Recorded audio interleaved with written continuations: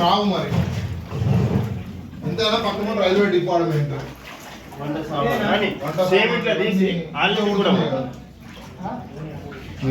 బోర్లు ఈతలు కొడుతున్నాయి కదా ఆల్రెడీ. ఇంకా అటు అయితే ఇంకా ఘోరం.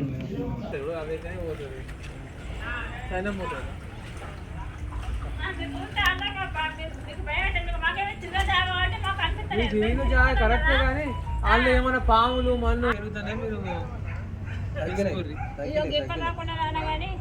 తగ్గితే మనం కరెంట్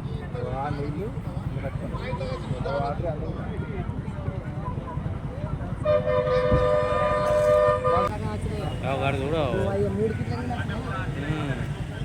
ఎత్తుకాసుకుంటారు చూడవా అవి ఆగాలంటే కష్టం ఫుల్ లేవు బయట రైల్వే ట్రాక్ వాళ్ళు మన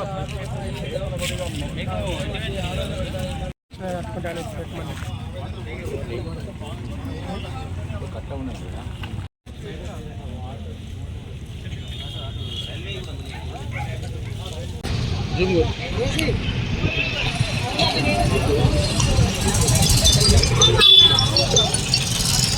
డ్రైనేజ్.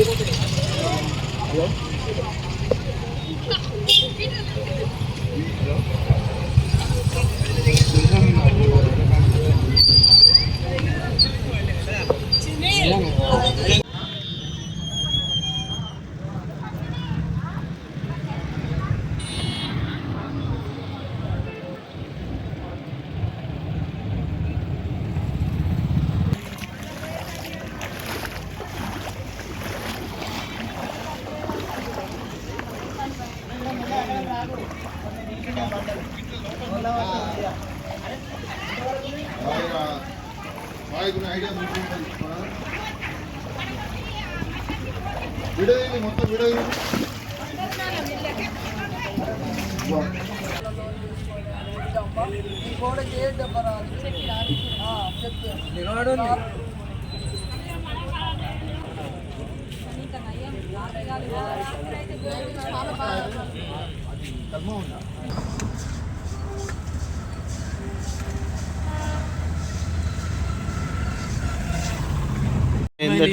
మోరి కడతారు, లైన్ ఎత్తారట, మోరి కడతారు.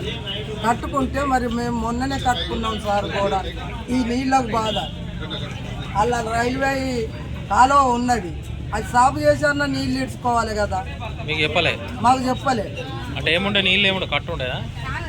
కట్టగా ఈడ కట్ట కాదు, అక్కడ ఇప్పిండ్రు. ఎక్కడ ఇప్పిండ్రు, ఇక్కడ లేవు.